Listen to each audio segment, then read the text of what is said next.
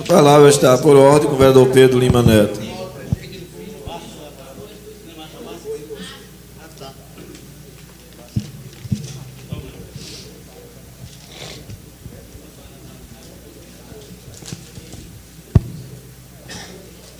Senhor presidente, colegas vereadores, público presente, público ouvinte da Baixa Grande FM, eu quero, nesse momento, solidarizar, em nome de todos nós, vereadores, também em nome da comunidade de Baixa Grande, com os familiares do nosso saudoso Xota, Nivaldo, que hoje realmente está acontecendo lá na sua residência, o velório do seu Xota.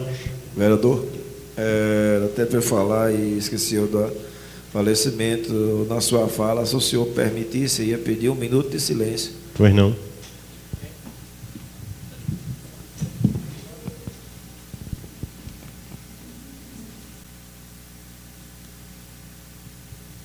Obrigado. Pois é, a informação da família que o sepultamento é após as 4 horas, 4h30, E então está aí uma pessoa que sempre criou os seus filhos, tem a sua esposa, que eu estive lá hoje, é muito doloroso, mas faz parte da vida de cada um de nós. E a pessoa que sempre se dedicou, inclusive à religião, com a sua esposa, foi exemplo na comunidade. No mais, senhor presidente, dando continuidade, eu quero fazer alguns esclarecimentos, dizendo ao nosso amigo Ito, que, assim, tem uma certa demora, eu acho que ele tem uma certa razão, pela demora de não ter definido ainda o local. A intenção do prefeito é o contrário das colocações do vereador Rômulo. O vereador colocou de forma que o prefeito quer perseguir, que está perseguindo um trabalhador. Acho que não existe isso. Existe uma procura, o prefeito tem conversado comigo, com o vereador Márcio, o vereador Antônio Dias acabou de afirmar isso, e de arrumar um local para que possa fazer um projeto de doação legal para ele, porque acha que o local não é apropriado, conforme parte da comunidade entende que não deve ser naquela praça. Então está aí, tem uma sugestão de ser naquele beco entre a casa da mãe dele e outro, mas para bater uma laje, mas tem um esgoto. Tem outra proposta de ser feito lá próximo ao Mercado Novo, mas o terreno é acidentado. O prefeito sugeriu, pelo que eu fiquei sabendo, conversa com o secretário de obra, de bater a laje, de bater uma laje proporcional ao tamanho da área que ele vai ser construído. Parece que houve um desentendimento que ele quer que bata, faça a base do terreno todo, então não está tendo um certo acordo. Vereador, e houve uns... Diga, colega. Você me concede um breve... Pois não. Apenas contestando, vereador, as suas palavras, porque já é o terceiro ano de governo, Um ano tem 365 dias, então são quase 1000 dias a gente cobrando isso aqui. Então, Baixa Grande não é do tamanho de São Paulo, já era para ter encontrado esse lugar, ou então autorizado o rapaz, porque é um pai de família, e pode ser ele hoje, pode ser eu amanhã, pode ser o senhor, pode ser qualquer um nessa situação, não é isso? Só quero afirmar que eu podia usar até a palavra que fosse morosidade, certo? Mas se qualquer um colega vereador, se você, um outro, tiver também um local, só olha, o local deve ser aquele, vou indicar para o prefeito, porque também não tem tanta disponibilidade numa área pública para doar. Mas eu acho que ultimamente teve algumas palavras trocadas entre o senhor Ito e o prefeito, e que irritaram os dois. Eu acho que tem que ter calma e resolver o problema. Referente que o nobre colega Rômulo sempre fala que o plano de governo do prefeito Gilvan não fez muita coisa. Eu quero deixar claro e fazer justiça que o plano de governo de Gilvan não foi apenas da cabeça dele. Foi um plano de governo elaborado pelos 3 partidos coligados, PT, PSB e PDT, que sentou em grupos menores, criou um questionário, entendeu? Elaborou um questionário, distribuiu para as comunidades rurais e setores também da sede, e se sentou numa assembleia com mais de 150 pessoas, quer dizer, pediu para que reunisse lá na comunidade.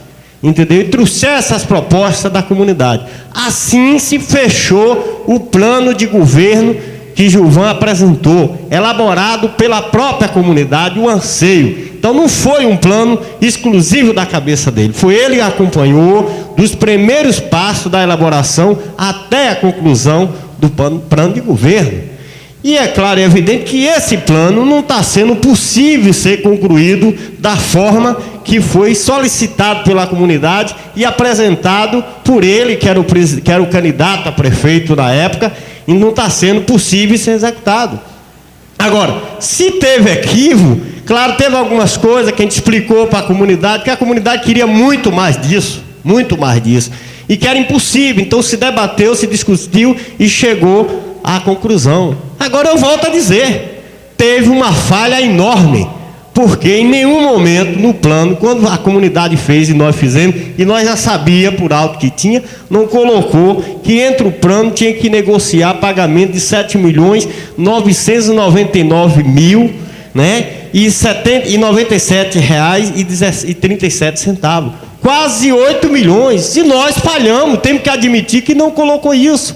E mesmo independente disso, que outras coisas também não era possível. Mas imagine o tanto que vem se negociando, porque tem dívida de 67, tem dívida de 95, de 91, não sei de quanto, até no 2004, vinha acumulando essas dívidas. Então, tem muita... Aí volta a história de que, mas o passado não. Quero dizer e afirmar que todas essas dívidas estão sendo negociadas, se não está pagando todo de uma vez porque não pode, e está parcelando. Esse é um fato real que nós não colocamos no plano de governo. E os demais estão fazendo aquilo que é possível dentro do orçamento, dentro das condições. As contas estão sendo assim, está lá nos inspetorias, os vereadores vê, tudo bem que pode até um achar, não, devia ter gasto mais com isso, mais com aquilo, do que com aquilo, mas todas são despesas justificadas para a comunidade. Então quero dizer que o plano de governo não saiu da cabeça exclusivamente de Gilvan. Eu acho que a comunidade precisa rever aquilo que o prefeito Gilvan não foi possível por uma razão ou outra e rediscutir esse plano de governo. Agora eu posso afirmar, em Baixa Grande não está andando de marcha ré, não está. Porque enquanto você está numa administração acumulando dívida, não paga INSS, não aposenta alguém, inclui na folha de inativo, porque não está cumprindo com as obrigações previdenciárias, não está depositando no FGTS, uma série de coisas e acumulando dívida, funcionários 5 meses, 6 meses sem receber, isso se chama administração caranguejo, andando para trás. Então, se muita coisa não está acontecendo, eu estou retado, desculpa a expressão, comigo mesmo, por não poder conseguir muita coisa, mas a gente vai fazer aquilo que pode fazer com orçamento. Agora, quero dizer que a administração deixou de ser administração de marcha ré, de caranguejo, porque está estabilizando. Eu acredito que isso vai se repetir, esse ano, pagando essas dívidas nessa administração, e vai para outra, porque é impossível pagar quase 8 milhões de dívida dentro de 4 anos. E isso afeta e mexe. Agora, volto a afirmar, a garantia é que não está acumulando dívida nessa administração. Agora a dificuldade está tendo e terá. A questão dos projetos, né? Muitos projetos, já falei aqui, foram conseguidos nessa administração, né? Foram conseguidos muitos projetos, inclusive projetos assim de obras, de veículo, né? Calçamento, barragem. Agora estamos acabando de fazer 2 barragens, uma na Lagoa Danta, né? Sossego, outra cá na Lagoa Nova, tem outra para ser feita. Tem muitos projetos, como diz a linguagem popular, engatilhado, né? Apresentado pelo prefeito, tanto para o governo federal como estadual.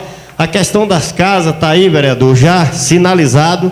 O prefeito já assinou a conduta, me esqueci o nome, não é o convênio, termo de convênio, né?